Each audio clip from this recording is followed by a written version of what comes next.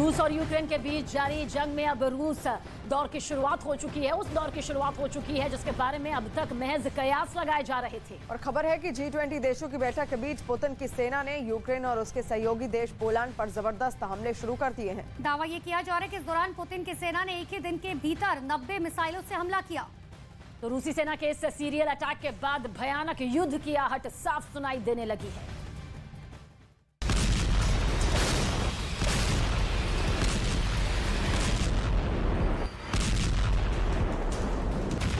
War zone से आई ये तस्वीरें देखकर पूरी दुनिया में हड़कंप मच गया है। एक ही दिन में पुतिन की सेना ने करीब 100 मिसाइल हमले कर ये जता दिया है कि यूक्रेन और उसके सहयोगी देशों को लेकर पुतिन की मंशा क्या है।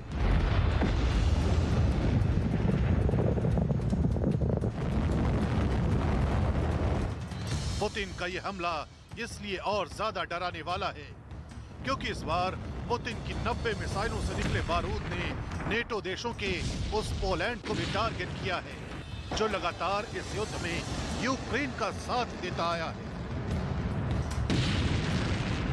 Польща, держави Балтії – це питання часу, коли б російський терор пішов далі.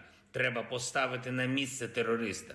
Чим довше Росія відчуває безкарність, тим більше буде загроз для усіх, кого можуть досягнути російські ракети.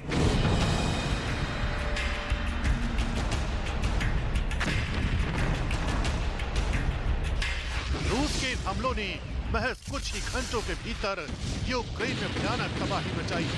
दावा किया जा रहा है कि रूस के सीरियल अटैक में यूक्रेन के पावर सिस्टम और रिहायशी इलाकों को भारी नुकसान पहुंचा है।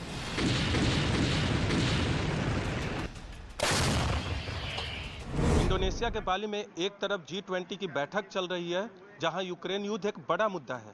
प्रधानमंत्री नरेंद्र मोदी भी रूस से युद्ध रोकने की अपील कर चुके हैं, लेकिन पुतिन के इरादे कुछ और ही हैं, क्योंकि जब बाली में G20 का सम्मेलन चल रहा था तब यूक्रेन पर कहर ढाने के लिए रूस की 1-2 मिसाइलें नहीं बल्कि एक साथ 90 मिसाइलें वहां से छोड़ी गईं।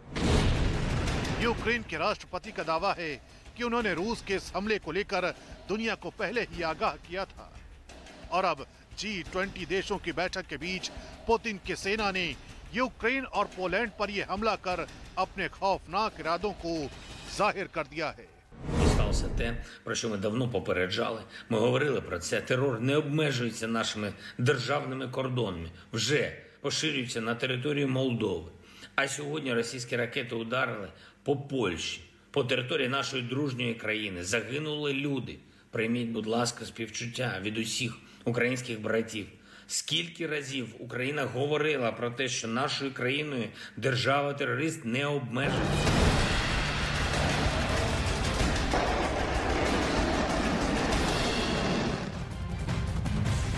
और यूक्रेन और पोलैंड पर हुए इस खतरनाक हमले के बाद G7 देशों ने भी इमरजेंसी बैठक बुलाई है, जबकि अमेरिका के राष्ट्रपति जो बाइडेन ने भी पोलैंड को पूरी मदद का भरोसा जताया है।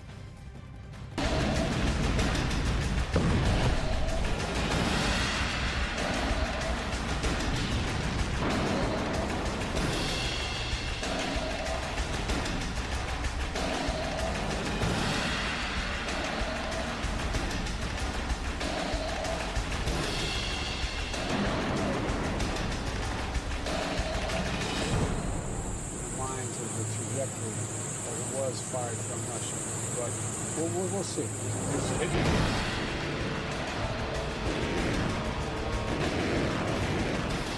इतना ही नहीं, बाइडेन प्रशासन की तरफ से यह भी कहा गया है कि पूर्वी पोलैंड को हुए नुकसान की भरपाई के लिए वो दुनिया के नेताओं से बातचीत कर रहे हैं। साथ ही उन्होंने इस हमले की पूरी जांच का आश्वासन भी दिया है। पूर्वी यूक्रेन को हुए इस नुकसान के बारे में हम दुनिया के नेताओं से बातचीत कर रहे हैं। अमेरिका पोलैंड की जांच का समर्थन करने के लिए पूरी तरह से प्रतिबद्ध है। अभी तक पुतिन की सेना यूक्रेन के शहरों को टारगेट कर रही थी, लेकिन ये पहली बार है जब पुतिन की सेना की कोई मिसाइल किसी नेटो देश पर गिरी है। यही वजह है कि भयानक खतरे के संकेत साफ महसूस किए जा रहे हैं। यूक्रेन की राजधानी कीव से इस हमले के बाद लोगों का पलायन शुरू हो चुका है। लोग किसी भी कीमत पर कीव को छोड़कर महफूज ठिकानों की तलाश कर रहे हैं। यही वजह है कि कीव की सड़कों पर भीषण जैम लग गया है। दावा किया जा रहा है कि अब किसी भी वक्त पुतिन की सेना इससे भी बड़ा हमला अंजाम दे सकती है।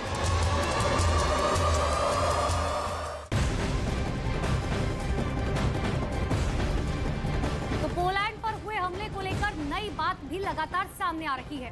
अमेरिका के अधिकारियों की तरफ से बताया जा रहा है कि जो मिसाइल पोलैंड में गिरी वो यूक्रेन के एयर डिफेंस सिस्टम से दागी गई थी और रूस के अटैक पर जवाबी कार्रवाई करते हुए ये मिसाइलें पोलैंड में गिरी।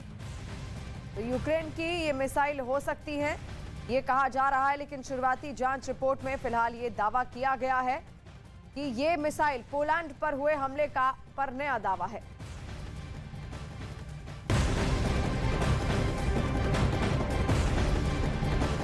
और पोलैंड के शहर में मिसाइल से अटैक हुआ और इस हमले में 2 लोगों की मौत की भी खबर सामने आई है। किसी भी नाटो देश पर रूस के पहले हमले का अब ये दावा किया जा रहा है और इस हमले के बाद नाटो देश हरकत में आ गए हैं। इस हमले के बाद बाइडेन ने G7 देशों की आपात बैठक भी बुलाई है। बाइडेन ने पोलैंड के राष्ट्रपति से फोन पर बातचीत भी की है। जो बाइडेन ने पोलैंड में मिसाइल अटैक की जांच में हर मुमकिन मदद का भरोसा दिया और उधर रूस ने किसी भी हमले से इनकार किया है।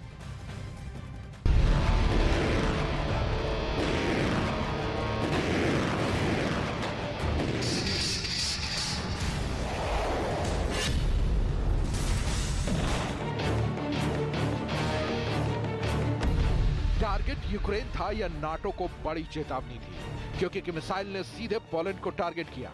मिसाइल अटैक से पोलैंड के एक गांव में बड़ा सा धमाका हुआ।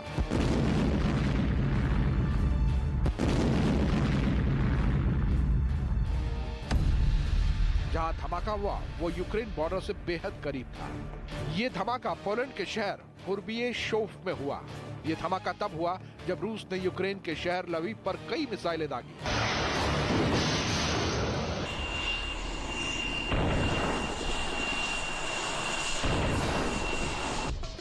पोलैंड में हुए इस मिसाइल अटैक में 2 लोगों की मौत की बात सामने आई। इस अटैक के बाद पोलैंड में कोहराम मच गया।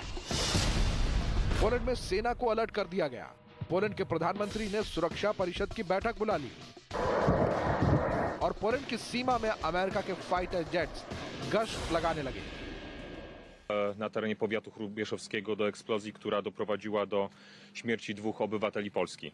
Na miejscu w tej chwili przebywają nasze służby, które wyjaśniają sytuację, która miała miejsce w tym miejscu. Będą tę sprawę wyjaśniały również całą noc oraz przez czas, który będzie niezbędny do tego. 27 साल हो, दूसरे 20 साल हजू 57 साल तक BJP चलेगी हमारे यहाँ। कांग्रेस पार्टी आएगी। कांग्रेस पार्टी आएगी, तभी बोला कांग्रेस आएगी। तो आम आदमी के चांसेस लग रहे हैं। नरेंद्र मोदी का काम बोलता है। अच्छा भैया बोलता है, यही रोक दो जरा।